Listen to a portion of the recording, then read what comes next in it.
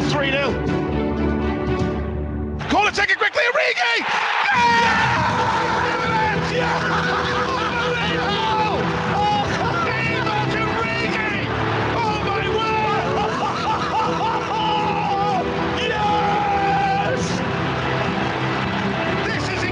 Hello and welcome to the Redscast podcast and a happy new year to everybody listening, watching. I'm joined by Ste. How are we, Ste? Evening, yeah, all the best. Yeah, we're all right. Is that going to be the last time we hear that intro? Do we reckon?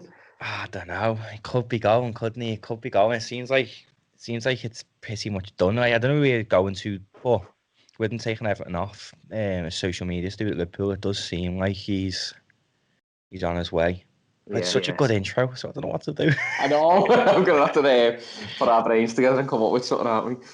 So, since the last podcast, we have had two very disappointing draws. Yeah. Start with the West Brom game. Everyone was saying, "Oh, we'll batter them. We'll batter them." And I just knew Big Sam's teams. You're not going to batter them. It's hard to batter them. We had the most of the game. We had ridiculous amount of possession. If you look at all the passes we made, but we just didn't do anything with it. Yeah, we had 78%, 17 shots, and only 2 on target. And look what happened to West Brom in the next game. Battered by Leeds. Absolutely turned over by someone who, I mean, Leeds are a mad team anyway, aren't they? But yeah, it was a frustrating game, and as you said, you could see it coming. Yeah, well, even during the game, it was one of them, and you're just looking at it going, it's just going to be another one of them nights. And when they scored that goal, it was like, it was just typical of the type of game that it was. It was dead similar to the City game when I forgot his name now. The last manager, whoever I forgot completely. Can't think of his name. Stop me. But when they played City, yeah, Slaven Village. Yeah, him. When they played City, it was like the last 10 minutes when they got the equaliser. Yeah, it was a late one, yeah. 17 shots and only 2 on target. That's 15 missed opportunities. It just wasn't enough. Not enough.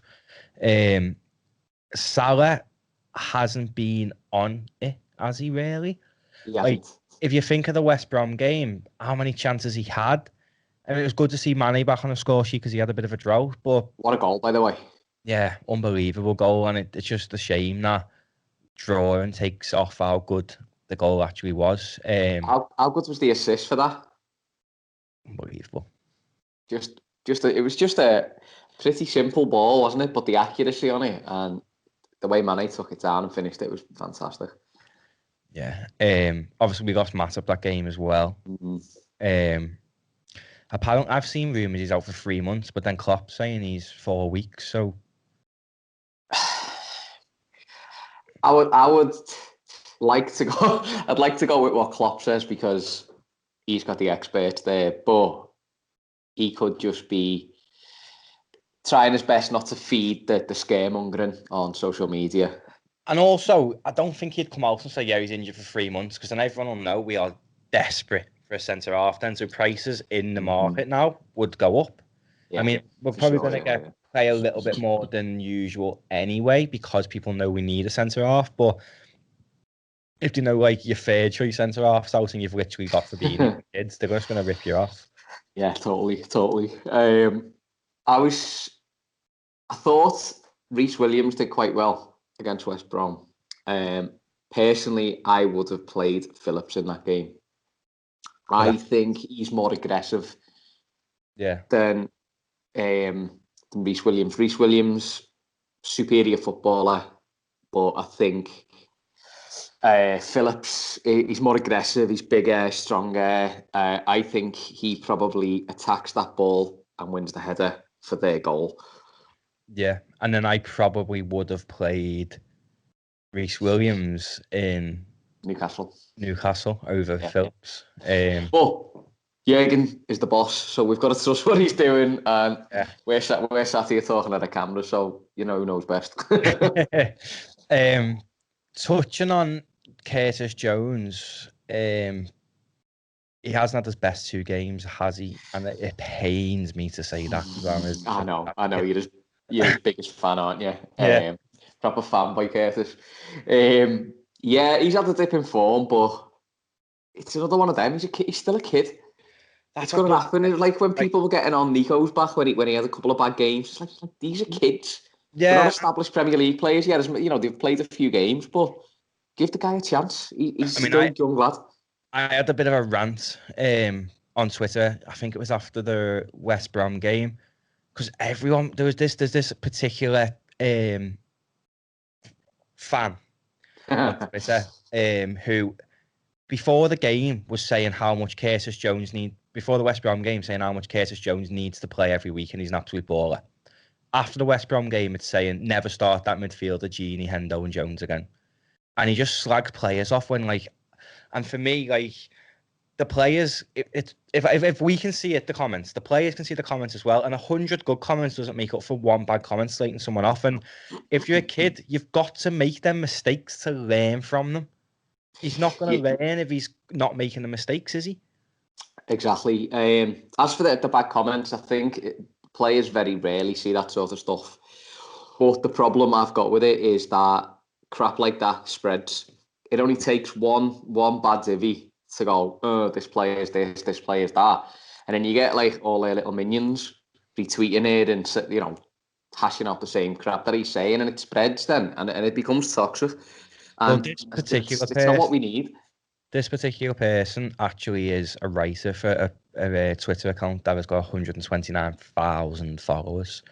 Like you said, all the minions jumping on board, but it's a shame because the county works for the fan website type thing is really good. There's really good information, but he is so toxic and he's been called out so many times. I'm not going to sit here and give him the airtime and name him, but you can text me afterwards and let me know who it is, and I'll have a look. Absolute idiot. I tweeted him, calling him for all sorts. Never replied back to me, but it's one of the outer towners, and obviously there's fans who from out of the city who are more so fans, you could say, than people in the city. I've got my brother's brother-in-law. He comes all the way up from Birmingham every game. He's a proper fan, but it gives a bad name for fans like that who are coming up out of the city, because when you look at the people slagging the players off on Twitter, it's very, very rarely a Scouser. That's true. You think we kind of know better, and obviously you're gonna have your odd one. Yeah, going to creep out from the woodwork and say stupid stuff, but I think there's the problem with social media and stuff like that is people can just set up an account. You know what I mean? I could set up an account now and think, right, next season, I'm just going to pretend to be a Manc, or I'm going to pretend to be I think the funniest one probably be an Arsenal fan. And I just get a load of Arsenal followers, stick an Arsenal badge on, and then just start chatting absolute crap next season. People do that for a laugh, and it's so infuriating. I mean, we've had 2 draws, but it's not the end of the world. We're still top of the league. That just shows how spoiled we are. We're a load of us are kicking off over 2 rubbish results, and you would expect to win them games. And is it 6 draws we've had in 15 games? 16 games. 1-9, I think, and that's 6 draws. 1 something, isn't it? Yeah, 1 So I'm not perfect by any stretch, considering the last couple of seasons we've had, but we're top of the league. Wind your necks in, look at the league table. Yeah. I mean, United are level on points with us. But they celebrated that like they just bloody won the league. Do you know what? That must feel like it to them. Because they've been miles off. And I mean miles off for years. Yeah. So remember, when we were in that position? Yeah. I'm sure we were probably the same. I'm not worried by United at all. Really not worried. I don't think they've got I mean, they haven't got Champions League football, but then they're going to be playing Europa League, so they're going to be playing on Thursdays again. And it's very hard to win the league playing the Europa League. because you're playing Thursday, Sunday. Thursday, Sunday's the one. I remember our managers always used to complain about it when we were in it. Yeah. But if you, I don't see why they moan, because you play in Champions League, you play Wednesday, Saturday. It's the same. I don't get what the issue is. To be honest with you, I think Liverpool would benefit more from a Thursday, Sunday fixture, because when we play closer together, we turn teams over. Yeah. When we have a gap, like we have between our games lately, we just don't seem to turn up. And that West Brom game came after, was it a week? We never had a game in the middle, did we? 8 days. And then Newcastle was 5 days after that, I think. Or 3-4. It would do. I mean, the Newcastle game was only a couple, like 3-4 days after that, so that's not what I'm getting at. But I meant the West Brom game. Yeah, you would expect all that preparation, the downtime, the proper rest that the players need. You'd expect more intensity, and yeah, we had to go at West Brom, but no, it wasn't at the highest intensity that we can give, and not what you'd expect. If I'm being completely honest with the West Brom game, I feel like the Ox came on too late, and I personally think Shaq could have made a difference in that game. Definitely. We needed someone to unlock that brick wall we were playing up against, and Shaq for sure for me is the one. He's got that. Other than Thiago, he's got that pass that can unlock a defence, and the quick pass and move, and he can see that sort of thing, and it was crying out for him. Oh, same with the Newcastle game. We'll move on to that. Thiago, similar stats, 11 shots, 4 on target, but the difference in this game was Newcastle's keeper had the game of his life. Phenomenal, absolutely phenomenal. That's like, I was screaming at Salah for that. That was the first chance he had. Yeah. Where like the keeper had tipped it out. I didn't see the keeper tip it on the post. I just thought Salah had missed it. I was screaming. I was like, what are you missing that for?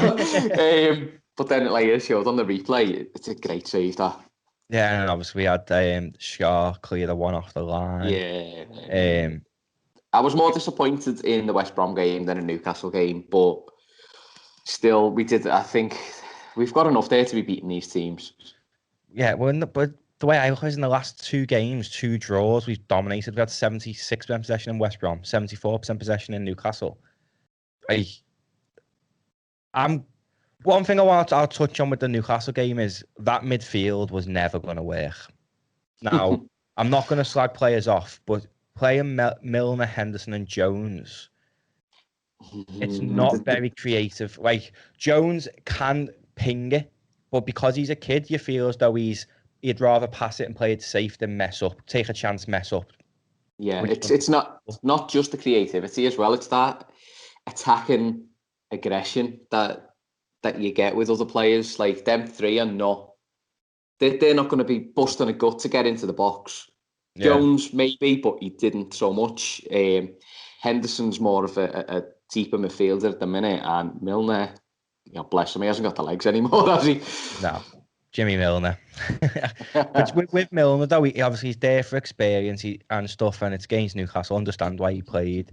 But I'd understand Milner playing more if he was... Obviously, he did cover the back line a bit when Robbo was bombing forward. Mm-hmm. But I'm going to ask you a question. Do you think we miss... I know we miss Van Dijk in terms of a defensive prowess, but do you think we miss Van Dijk a lot going forward? Because if you think of Van Dijk, we get up the pitch a lot quicker when he's on the pitch. He can pick a 40-yard pass and just unlock a team to Trent on the wing. You miss Van Dijk. You miss Van Dijk in all aspects. He's one of them players. Going forward, defending, obviously from set pieces and stuff, he's a threat because he's massive. Yeah. Defending again, he's massive. And he said 40, 50 odd that pass. Remember the pass for Mane against Bayern Munich? Yeah, cut open the whole team. He's just capable of anything, and you miss him for sure. And it's even like when he's playing, I feel as though Trent hasn't been going forward as much this season. Maybe because Van Dijk is not there, and Gomez Van isn't Dijk's there. the safety net, isn't he? Yeah, I feel because Moore will go forward when Van Dijk's playing because they know Van Dijk's got the pace and he's got it in him to beat any player and tackle them. And not only that, when Trent does get forward, his deliveries, his quality doesn't seem to be at the highest level this season. I wouldn't say he's playing particularly bad. I would say he's been superb for the past few years. And he's not at his highest level. He's even in the form he's in. Be Trent, is he? No. Even in the form he's in, he's still up there with the top few right backs in the league. When he steps it up to his best, then he is the best in the world, arguably.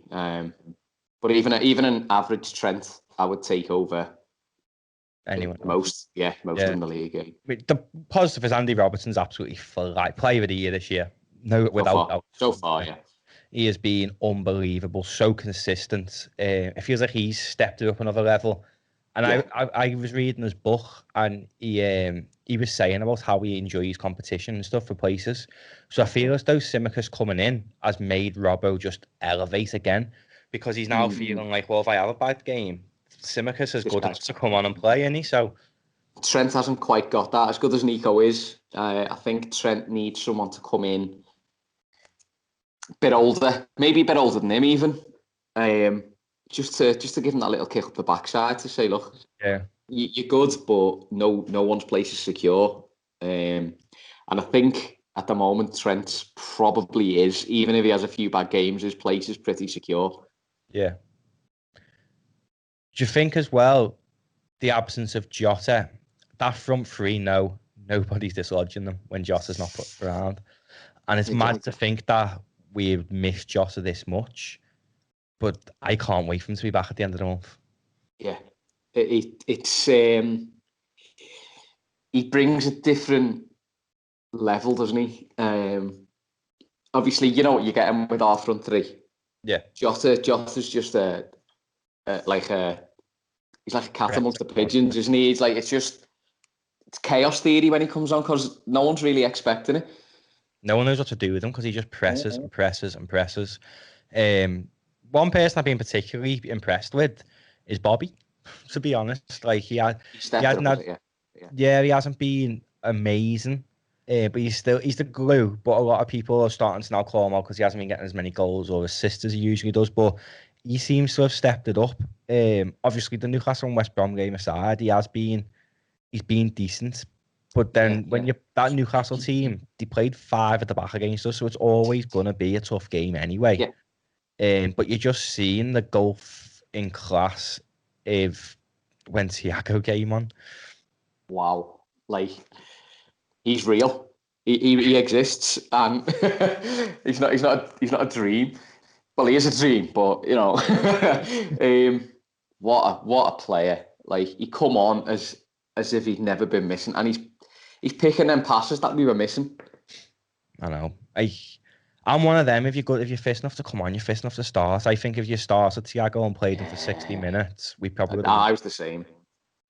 I was thinking the same. If you're fit enough to the bench, you should be fit enough to start, and start with the strongest available. If he hasn't got the legs for it, bring him up for half time when the game's won. You know what I mean? Even like Taki, since his Palace game, he hasn't played. I know. And he looked like he was sharp, and then the Ox is back. He didn't get on against Newcastle, and I think if you put maybe Taki and the Ox on in that game, maybe there's a few more chances. And like bringing Shaqiri on the 92nd minute, what's he going to do in the 90th? I hate these 92nd minute subs Klopp keeps doing. Like Shaqiri's going to come on and win the game in a minute. He's like Shaqiri, for all he is, he's an impact player, and if you got that type of player on the bench, you want to give them time to make that impact. And even like 15 you need a good 25 minutes. You bring him on 65. I think that game's 60, because it wasn't happening. You could see after 60 minutes we needed a little something, and obviously Thiago came on and a little bit later. But I think Thiago and Shaqiri should have both come on together. I mean, Gini come on in the 68th for Jones, but I think that was the bad sub as well. I would have brought the Ox on. I mean, I know Gini coming on against Newcastle, it's his old team and stuff like that, but I would have brought the Ox on instead of Gini that game. I did raise my eyebrow when I seen the number 5 go up when that first sub, I was like, you know, we're looking for something to change the game here. And as great as Gini Wijnaldum is as a footballer, he's not an impact sub. He's not a game changer. He's Barca. Sorry, yeah, I was just to say that's the one that stands out. But the difference is that was a Champions League semi-final. I know. This is Newcastle away. So what the hell do I know? But I mean, like you can understand when he come on the Champions League, like he was annoyed that he didn't start the Champions League semi-final against Newcastle. It's just a bit like, all right, well, I'm having a rest. But and he did all right when he come on. He did do all right when he come on. I mean, I would have started myself that game. Henderson, Diox, and Gini. Yeah. If that's a midfield that I'd like to see. I know he's made the biscuits, but we're missing Naby Keita because when he does play, I am as well. Yeah, I'm giving up on Naby Keita, to be honest with you, and it pains me because he's never, when he's been on that pitch, he has never let us down. He's a cracking little footballer, and he always gives a good performance. The problem is, after each good performance, he's out for 3 weeks. Yeah. It's like, and it's getting started. It's frustrating me, and I think it's time that we've got to cut our losses on him because we can't afford to keep a player like that. Just the injuries, though, at Liverpool at the minute are just so worrying. Like Tsimikas, he's constantly injured. He was never injured at Olympiacos. Like, what's happening? I don't understand it. I don't know, but he's just brought that guy in that he used to work with at Dortmund, hasn't he? The recovery doctor, whatever the hell sort of position it's called. I don't know. I mean, I said at the start of the season to you that although Stevie sings his praises, Chris Morgan, the last time he was at Liverpool, we always had injuries. Arsenal, he was at Arsenal last season. They had so many injuries. He's coming this season, injuries. Now, you can argue he's only a physio. Yeah. But at the end of the day, he's the one who came on the pitch when Thiago got snapped by Richarlison and said he was well enough to continue playing.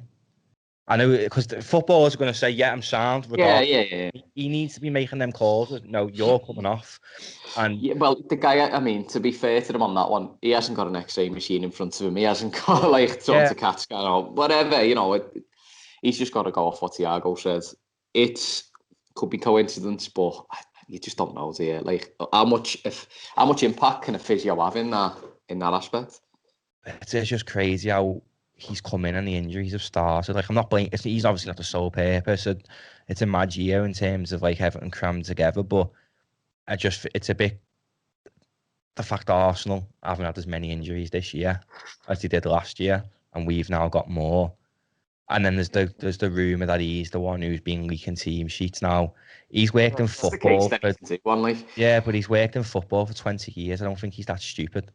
But people are adamant online that he's the one leaking them. And it's because the past few weeks, the teams have been bang on, haven't they? Do you remember that one that come out? The fake one. The fake one. And was it you that told me that was a test? Else. Yeah. I wondered if it worked. He's still there, isn't he? So it mustn't have been him. But I haven't seen anyone be sacked. But it could just be like it's Jamie Vardy's wife leaking the teams, isn't it?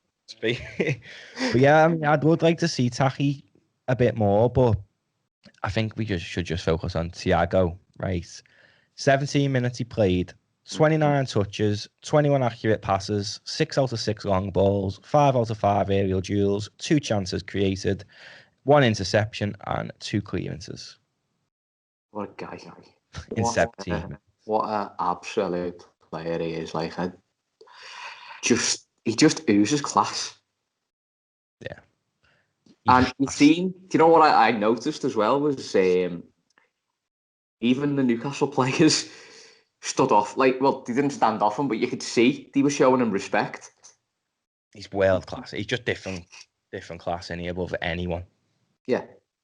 I just love watching him play football. Like, he's picking passes. There was one I seen. I think he'd been on the pitch about 2 minutes, and he got the ball in midfield. No, it was the one that he played through the midfield. Like, he looked like he was playing it out wide, out to the right wing, and he just stopped and just played it right through the midfield into, it might have been Bobby's feet or whatever. And I was like, that's what we've been missing. That killer, that like pass. Yeah. Was that the Manny one where it should have been a pen when he basically got wrestled to the ground? Was that a Thiago pass as well? I'm not sure. Probably. I can't remember that one, to be honest. But he makes a difference, and you've got to say he's got to start every game if he's fit. Yeah. Before we move on to the Southampton game, obviously we've got transfer rumours and stuff. But have you seen United's pens? They've had more pens than us since Ole came in than Klopp's had in 5 years. No, I don't think they've had more, but it's close. I think they've had. I think we've had 54. They've had 53. Something stupid like that. Yeah. It's no secret that Ole's Fergie's golden boy, and he's got. I would say VAR has got a lot to do with that as well. That pen, I don't know if you watched the United Villa game. It wasn't. If that's a pen, the one on Mane's a pen. Yeah, absolutely, and you just want it fair across the board, and even with VAR, it doesn't seem to be. It's like every game now, the United are getting a pen. I've got Bruno Fernandes in my fantasy team as my captain because I know every week he's getting a pen. Yeah, it's ridiculous. Like, it just feels like all he's got Fergie's backroom team, and it just feels as though it's back to what it was. Yeah, I mean, they're going to get top 4. Well, speaking of that, our prediction seems as it's now the new year. Go on. Yeah, the first game week. You had Chelsea, Liverpool, City, United, Arsenal, Spurs. Yeah, it's a bit of a nightmare, didn't it? When we look at the actual table, I mean, I don't think anyone would have predicted the top 6 at the minute being Liverpool, United, Spurs, Leicester, Everton, Chelsea. No. Fair play to Everton, fair play to them. As long as they stay behind us, don't we? Yeah. We had Liverpool's Champions League. I still think we could do that. You had Europa as an Italian team. Mm-hmm. I think that's a good shout. FA Cup for Wolves could be a good shout. League Cup for City. Got United in the semi, haven't they? Mm-hmm. It's Manchester Derby, yeah. And then the bottom 3, you've got Fulham, West Ham, and West Brom. Now, West Ham has proved us both wrong because I've got West Ham in mine as well. Yeah, that was the David Moyes effect. I mean, Sheffield United, I don't think anyone predicted them to be that bad this year. I go as far as saying they're gone already. Yeah, they're gone now, yeah. I had Liverpool, City, Arsenal, Chelsea, United, and Wolves as my top 6. Arsenal, I mean, they're playing now, actually. They're 2-0 up against West Brom. So they could be back up on the up. I had Liverpool for Everton. Obviously, the League Cup's not going to happen. I had Arsenal as the Europa League. I now feel like that could maybe be United. And my bottom 3 was West Brom, Burnley, and West Ham. So Burnley have shocked me because they seem to have got their act together again. Yeah, there's a couple of teams there. Arsenal being one, West Ham being one. Who's the other one that we just said? United. I think they're surprising a few people now, aren't they? Yeah, I think Sheffield United, West Brom, and Brighton will go down now. Brighton, how did they were 1-1 last time I checked there? How did that game finish before? 3-3? Yeah. Okay. But I just feel like Fulham will stay up. Okay. But I don't think... Are they bottom 3 now? Yeah, the bottom 3, the 3 points off Brighton with 2 games in hand. You think they'll take over? Yeah. I've been watching the past few weeks and they've been decent, to be fair to them. Like, you can see that they're just trying to play football, and I think if they're just a few signings off maybe staying up. But then saying that, Big Sam will probably go and buy loads of 6-foot Slovakians in January this month. So yeah, Martin Skirtle to West Brom. He's injured actually. He plays. He got a bad one, didn't he? Yeah, he's like snapped his ankle or something. I only know because he plays in Turkey. Our dark horses. Yeah, ACL. Yeah, Achilles. Yeah, I think so. Yeah. I just know he's in a cast. Our dark horses, you had Wolves, and I'm quite proud of my one. I had Everton. Yeah, I remember you saying that. I didn't want to bring that up, like, but, I'm smoking happy your for face. Everton to do well as long as you don't do as well as Liverpool. I'm happy to Yeah. see if Liverpool finish first and Everton finish second, I'll be made up because I'm happy to see the City. I also like the rivalry. I've said this a few times before. Don't get me wrong, it's fun to laugh at them a little bit, but it's boring. Like you want to have that excitement going into derbies. Like, oh, what'll happen? Not how many are we going to win by?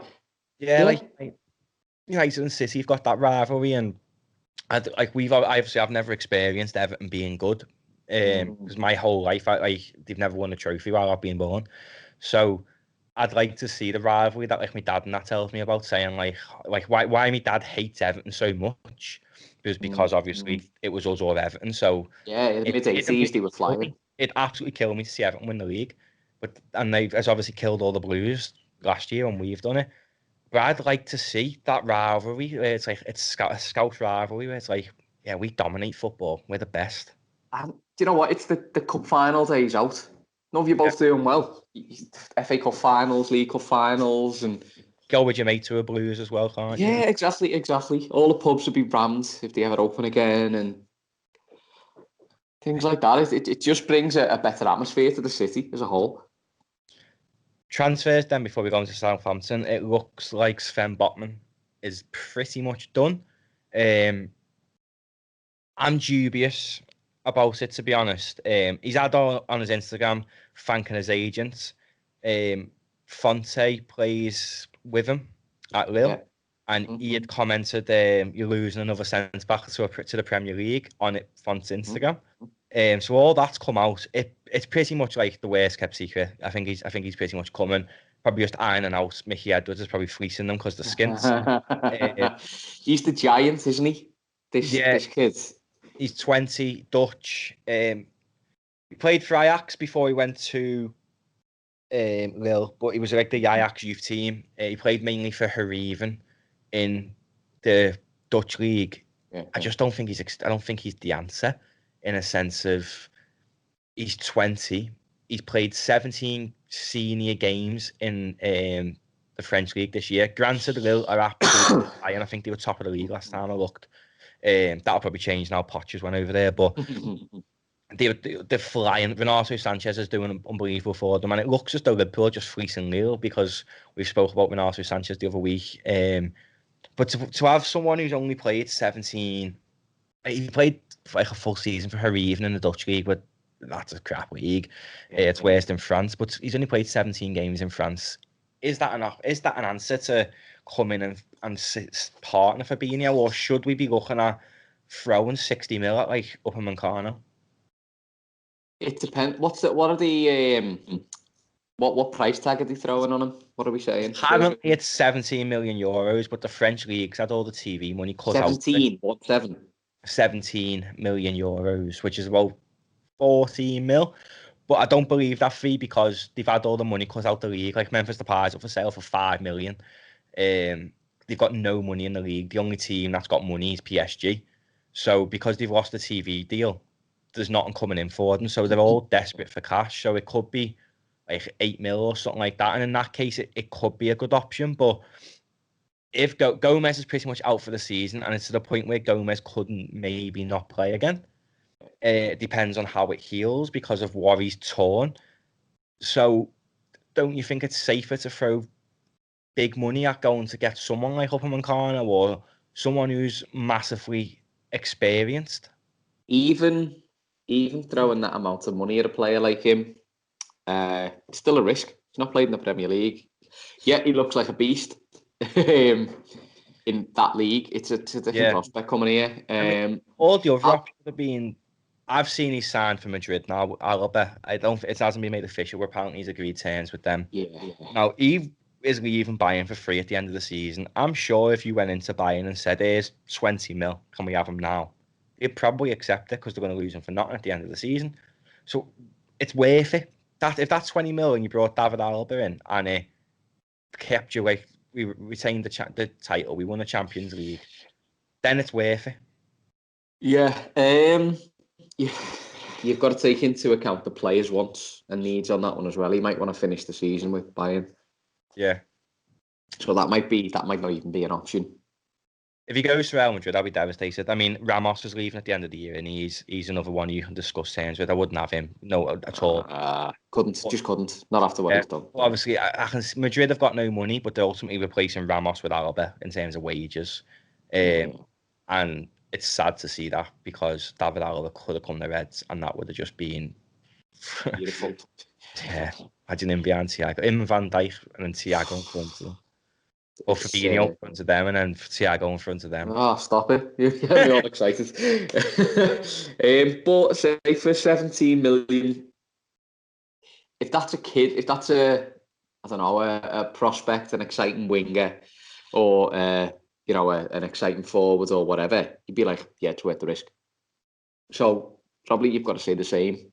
Yeah, it's worth the risk. Yeah, he's 20, so he's probably not that.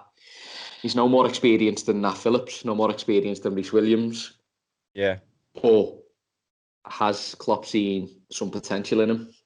All I can think of is he's a Dutch centre half. Maybe Van Dijk said like he's going for that FIFA chemistry point, isn't he? Yeah.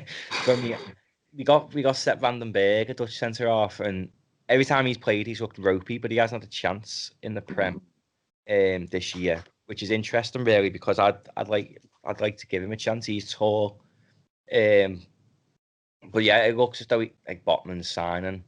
I hope he proves us wrong. I hope he comes in and it is unbelievable next to Fabinho, and then when Van Dijk's back, they've got a Dutch partnership, and it's unbelievable. But didn't you say he's 6'8" or something ridiculous like that? I'll have a look now. He's huge, though. He is massive. I remember seeing like how big he was. They always put it in meters, don't they? It was 6'4". Oh, so yeah, not massive then. Yeah, everyone always said he was a lot bigger, but he played for Jong Ajax, which is Ajax's B team. Played 28 times for them. Played 26 times for Heerenveen. He's never played for the Netherlands first team, which is understandable. You got Van Dijk there and Matty Ste, but he's a product of the Ajax Youth Academy ultimately. So usually they turn out to be decent. So yeah. If he comes great. Give him a chance. See how he does. And for that price in today's market, not an awful lot of money. It fits FSG's policy as well, doesn't it? They like to buy young so that you can make a profit if you have to, if you sell them. Yeah. Another rumour that's been ramping up again today is Mbappe. Now, I think the only way you get Mbappe is if you offer Salah to PSG because of his status in terms of the Middle East, and they're owned by Middle East owners. I think if you offered Salah and 30 mil, you'd get Mbappe, and I'd take it all day in terms because Mbappe's a lot younger. Yeah. Do you think it'd be that little, 30 mil? I value Mo Salah at like 230 mil myself. Because Mo Salah is currently the top goal scorer in the league. He's won the Golden Boot twice. He's scored more than 20 goals every season. He's been at Liverpool. He's won everything. He's won everything. He's the most successful. His stats are the most successful of an African player in the Premier League ever. So statistically, he's better than Drogba. Mo Salah, if you sell him, it's 200 mil plus in today's market. Anything less than 200 million from Mohamed Salah, they've had us off. I think it'd be a good move for us. I think it'd be absolutely insane from PSG. Unless Mbappe really wants to go. Yeah, I think he wants to go regardless. I think he knows that league's not that good. The only way maybe he stays is if Messi goes, which is very interesting now. Poch is the manager, Argentina, Neymar's there. I think there's no money. PSG, you've got money. It's all your money. It's like City, innit? Yeah. But I think I've seen rumours Messi staying at Barcelona, but I just feel like he wants to play with Neymar again, doesn't he? Like, you can see it. Like, when they got each other in the last 16, they were made up. They were tweeting each other about it. And Messi's just not a happy person at Barca, and rightfully so. You look at Suarez; they let him go for free. He's absolutely killing Atletico in the top of the league. It just screams David Villa again, doesn't it? Yeah, definitely. Getting back onto Atletico as well, that you just mentioned. Diego Costa. No. I think we've done this before, haven't we? Not a chance. I don't like him. I really, really don't like him. Yeah, he can score goals, but he's lazy, he's arrogant. I just don't like him. He can go to Everton or something. He's one of them for me. He's a horrible, right? I just hate him. But if he's in your team, you love him. If he's in your team, yeah, he's like Suarez, isn't he? I mean, he's not on the same level footballer wise as Suarez, but Suarez was is this going on the radio?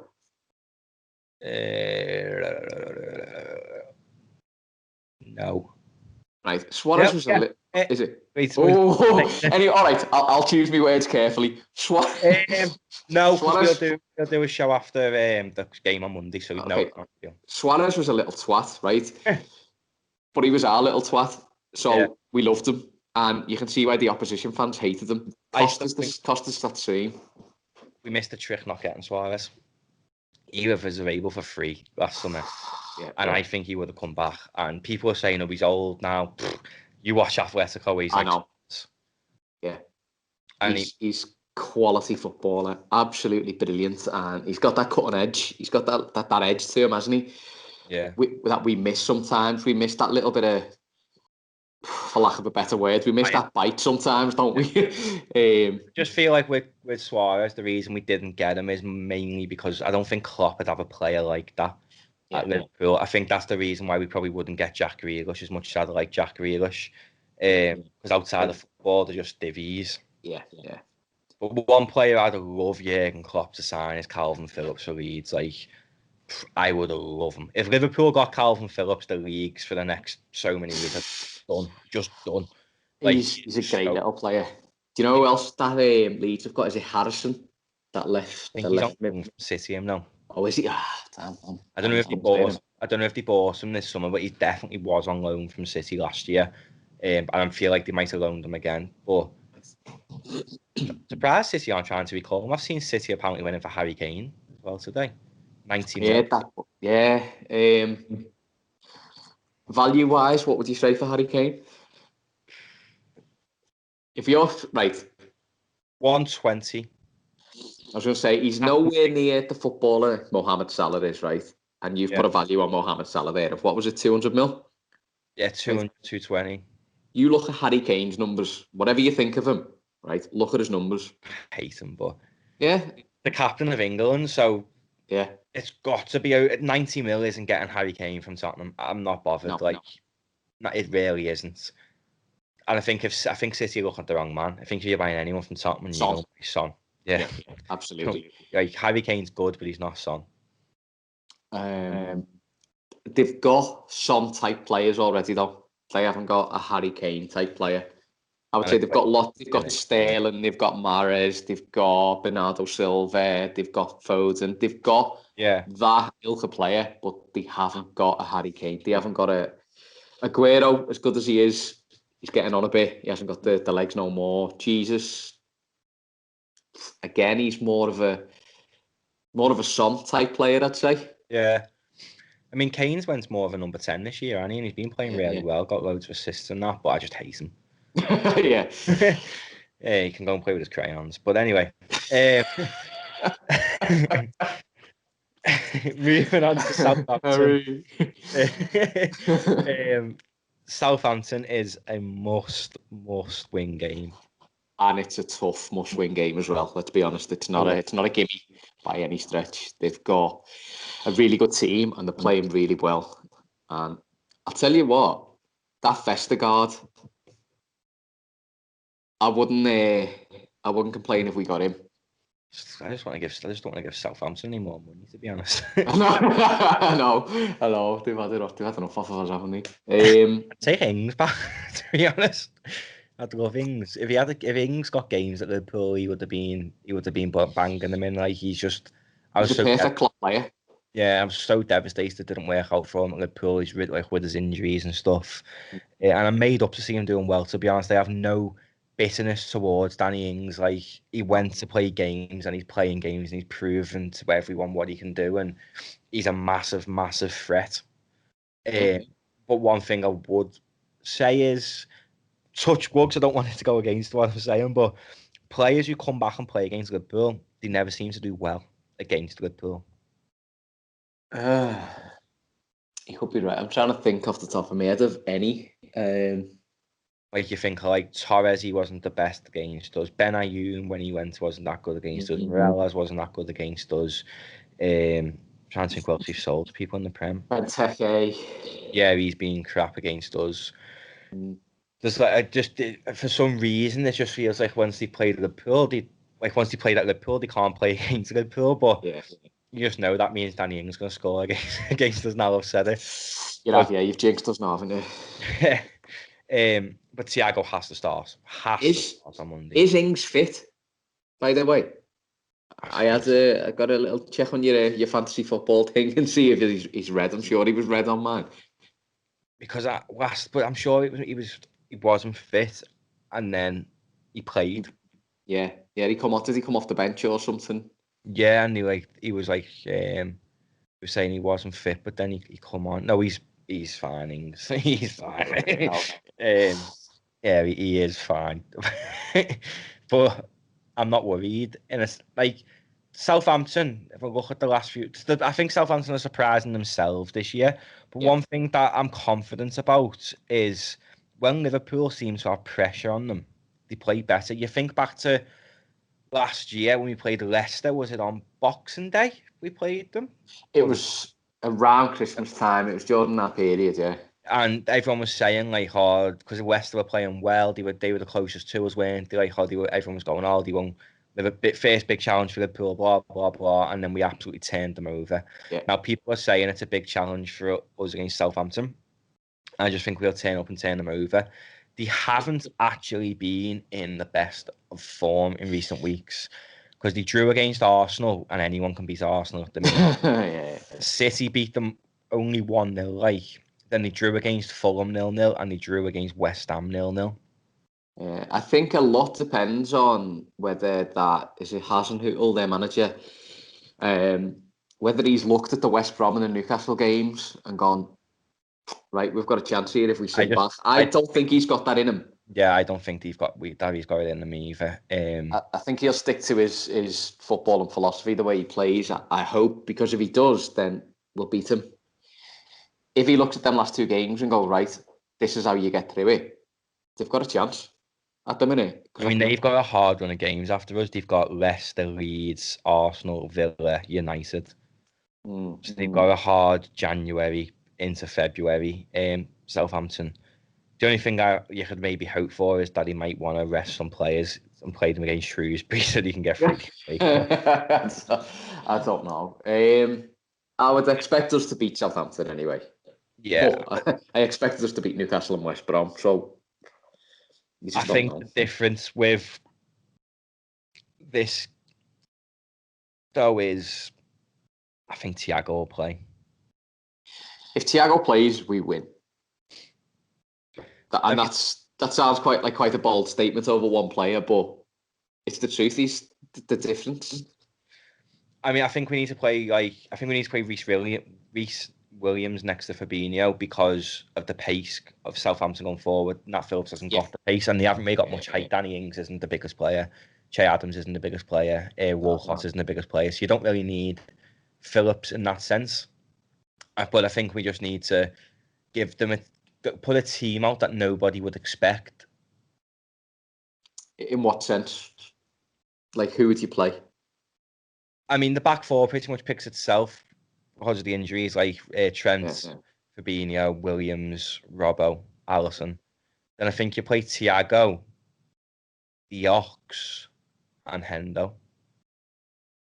With with Mane, Salah, and Minamino. Or maybe Mane, Minamino, and Shaq.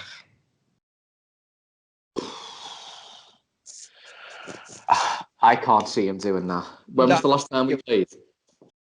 I think it was Thursday, wasn't it? I don't even know what day. It's one of that. It's that period, isn't it? We don't even know what day it is. Like, I think it was Thursday. We had five days between Newcastle and Southampton. Okay, and then we've got another. We play Friday, don't we? Yeah, it's the FA Cup. And he's just recalled a kid from Fleetwood who hasn't played for Fleetwood all year. So, you know, that we're basically saying to Villa, do you want to qualify for the next round of the FA Cup, Villa? Here you go. But I'd like to see Shaq start, to be honest. Because when he plays, he just offers something. And Salah's now in the best of form. Now I know the best way to overcome bad form is to play. But, I don't know, maybe play Salah through the middle and play Shaq on the right and Mane on the left. Or maybe I feel like Taki deserves a start after his Palace performance and he hasn't played. Do you think Bobby deserves to be dropped though? No, but I think if you're dropping any of them, he's the one who I'd make way for. Just purely because I don't know. It's one of them, innit? See, I think that front three is a default. That at the minute you just got to go with that front three. And it's a shame. It's a shame for the others. Yeah, but saying midfield, I don't think they'd expect Ox to start. I think they're expecting, because Jones has been playing consistently, I think they're probably expecting a midfield and because Thiago's only just coming back, they're probably expecting Jones, Hendo and Gini. Yeah. Where I'd go bold and just play Thiago. He's got until the next game that Thiago's not going to play in the FA Cup. He's not. No. So from Southampton until we play United, there is 13 days. So more or less 2 weeks. Is that Friday game? Is that the FA Cup game, is it? Yeah, and then we don't play again until the 17th. Okay. Which is United at home. Now, so I would expect a very strong team against Southampton in that case. And I feel like the United game fills me with a massive amount of anxiety because I'd hate to lose the record against them. I can't even bear to think about that. But that's why I think there's more emphasis on the Southampton game, because if we win comfortably, then it puts worry on United, like, Southampton being decent. But I just feel as though it puts more wins in our sails as well, doesn't it? Yeah. I can't think who United have got before us. United have got Burnley on the 12th as their game. They've got their game in hand on the 12th. Yeah.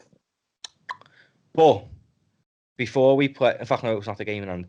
So United have got to play on Wednesday against City in the semi-final of the EFL Cup. Then they've got to play on Saturday against Watford. Then they play Tuesday against Burnley, and then the 17th against us. So where we've got Southampton, basically, for the first team, we've got Southampton and we're resting until United. They've got City, Watford, Burnley before they play us. So they've got 3 games. I would rather have the games. I would for Liverpool, but I don't think... for us. It might not suit them, but for me, I'd rather have the games taken over. Maybe not the ones that he's complaining about, like Wednesday night, Saturday morning, but a regular, every 3-4 days or whatever, that suits us. Yeah. You're right, because we do play better when we play consistently. Yeah. Once we get into a run of form, and we're playing consistently, midweek weekend. Yeah, it's a strain on the players. But we play better. We play better. We've got a big squad to deal with it. Well, you're match sharp, aren't you? Like exactly. That's it. Your mind's more on it, I reckon. I'm just worried, to be honest. One of them, I was saying before about the rivalry with Everton. I would love a good rivalry with Everton. I don't think I could bear a proper rivalry with United. No, I can't be wrong. I couldn't handle that. Yeah, I just need them to fall off. I don't, because it's funny, I just hate them. Like, I hate United more than I hate Everton, and that may be because they've been more successful. That may be, envious or whatever you want to call it. But I can't do it again. I can't see them win anything. I've seen it too much. Yeah, exactly. I'm not worried about the United game. I don't think United, like I said before, I don't think United are the challengers this year. I said Tottenham, but I just don't think that's the annoying thing. We should, given if you look at our December fixtures, we should be 9 points clear by now. We should have done this league, wrapped it up by the end of January. The December fixtures were so kind to Liverpool, and we messed it up basically. But hit me with who you'd start against Southampton and what you think the score will be. Okay, so I would go Alisson, Trent, Reece Williams, Fabinho, Robertson. Then in midfield, I go Henderson, Thiago, Wijnaldum. And the front three, Salah, Mane, Firmino. What score? If that team plays, we're winning that 3-1. I'll go pretty much the same, apart from the midfield. I'm going to go Thiago, Diox, and Hendo. And I'm going to go 5-0. Wow. Because I feel like they've got a point to prove. I feel like Thiago is that good to create 5 chances. And the Ox against Southampton, I just fancy him, That's his old club, innit? Yeah, and he can hit a ball, and he hasn't played for a few weeks. I know he's been injured, but since he's been back fit, Jones has kept him out the team. So if he starts, he's almost like he's got a point to prove. Don't forget, this Southampton game, out of the Jota could be back for United, I reckon, maybe, at a push. But everyone who starts this Southampton game are ultimately fighting to keep the place for the United game. Yeah. Now, if the Ox starts against Southampton and has a game of his life, he's going to be thinking, I'm in the team for United here. He's got a lot of competition, hasn't he, Chamberlain? We're about 10 minutes now, haven't we? Yeah. And, he's said before he doesn't want to play out wide. But I personally can't see him starting against Southampton. I don't think he's had enough. Mind you, I'm saying this, right? I'm saying he hasn't had enough game time to be starting a game. But I'm throwing Thiago straight in. He's barely kicked the ball. But it's a different animal, isn't it? I mean, I think if we start Thiago and try and wrap the game up by half time, he'd then come off maybe for Milner or someone who'll sit back a bit more. But that's what I think we need to do. I think we need to come out the blocks, like fight and kill the game off. Yeah. Win the game before you start worrying about resting players. Just win the game in front of you. That's what we need to do. And I just feel like Southampton in the midfield would not expect to be going up against Thiago, Diox, and Hendo. They just wouldn't be preparing for that. Like, they may be preparing for Thiago, but then they're probably thinking, he's only played 20 minutes. He won't be starting against us. I think if we're thinking from Jurgen's point of view, I don't think Thiago will start as much as we all want him to. I think you'd probably be more inclined to see Hendo, Gini in the Ox with Hendo holding maybe. But I would like to see Thiago, Hendo in the Ox, but I'd like to see Hendo as the holder midfielder and Thiago as on the left-hand side and then the Ox on the right-hand side, because although Thiago is an unbelievable holder midfielder, he is unbelievable. So he should be the creative one, doesn't he? Yeah. Chamberlain, I think, is more likely to play in the cup game. Against Villa, yeah, potentially. For me. But you say, what do you know? What do I know? Leave it up to Jurgen, he knows best. Back for Southampton, or is he back for United? Who, sorry? Kaiser. Abby. Don't know. Because I feel like if he's fit, he'll start. Because whenever he's fit, he does start, and that's the issue with him. We need to really ease him back in rather than starting him from the off. But then saying that, I wouldn't be disappointed if he started Hendo, Gini, and Minamino. Because I think Minamino. That'd be an interesting one, yeah. Yeah, I think the game against Palace, he started in midfield, didn't he? I think if he's going to do that, I would prefer to see Minamino further forward and Bobby dropping back into that 3. Yeah. But in the Palace game, was it centre mid Minamino played? It was, wasn't it? I don't know. He got his goal, didn't he? So I thought he was in the front 3. He might have been, actually, because Salah was benched, weren't he, against them? I'm sure he was in the front 3. I'd like to see that team we started against Palace. I wouldn't be that bothered if we benched Salah, because he hasn't been in the best of form. But then there's no more players who are hungry there, wanting to come on, and it might make Salah more hungry. Did against Patty, come on, and was just dominated, didn't he? And yeah. bringing Salah off the bench is also, when the legs are tired of the opposition, it's genius. Yeah, but it is. I just, whoever starts, they're going to be. I feel like they should play with everything they've got, and I think Klopp should say, not want to use a start in that United game. Go and show me why you should. Yeah, because that absolutely. United game for me now is as big as it was, if not bigger than it was last year. Yeah, last year, although I would say that's probably the point where everyone believed that we won the league, that wasn't pivotal in anything really. It was just that another win. There was just the timing of that particular game. But this, because they're so close to us, it could be pivotal. It could be a turning point. It could give them the advantage. It could put them ahead of us in the league, or it could give us that opportunity to create a little gap. Yeah. So the one plus I will say to Reds who are worried is Van Dijk is back for the business end of the season. Jota is nearly back. Thiago's back. The Ox is back. Keita, if he stays fit, will be back. I'm not worried.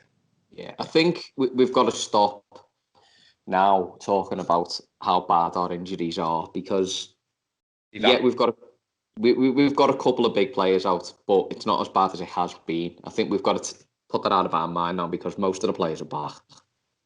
It's only really Van Dijk, Gomez, isn't it? So, and who was it Mourinho that started saying when someone asked about Liverpool's injuries, and he's going, well, this player's not injured, that player's not injured, that player's not injured, that player, and you think, he's right. Just Van Dijk, just can't wait till he's back. Yeah. Proper can't wait. But yeah, we'll speak after the Southampton game. Hopefully we're not speaking after another boring draw. No way. No, we can't have 3 of them in a row. 2021. Let's start the year with a big win, and just absolutely turn them over. I think that's what we need to do. I think we just need to turn them over, like absolutely annihilate them. Yeah. No mercy. Sorry, I've been watching Cobra Kai. The United game in hands, Burnley. That the only plus is Burnley are on the up. Burnley have now been bought out. They might go and buy someone big before that game. Nick Pope's found his form again. So all that could happen before the United game. If we win today and they lose to Burnley, we're going into the game 3 points clear of them, and they haven't got a game in hand. We beat them with 6 points clear. No one's moaning anymore. There you go. Small things in it change so quickly. Yeah, well, I've had the messages off like Phil Thompson and that the past few days, and they're telling me, my uncle, how we're going to win the league again. So I'm trusting Phil Thompson and Kenny Dalglish. I'm rightly so. But yeah, nice one as always, Ste. No worries. Hopefully I'm right with 5-0, but I'll take you being right at 3-1 as well. Yeah. I'll take a 1-0 to be honest. That's it, yeah. You take one going in off the arse of one of their defenders, wouldn't you, for a 1-0 win? It doesn't really matter. Yeah, definitely. Nice one as always for everyone listening. I hope everyone's had a good new year, and long may the Reds dominate in 2021.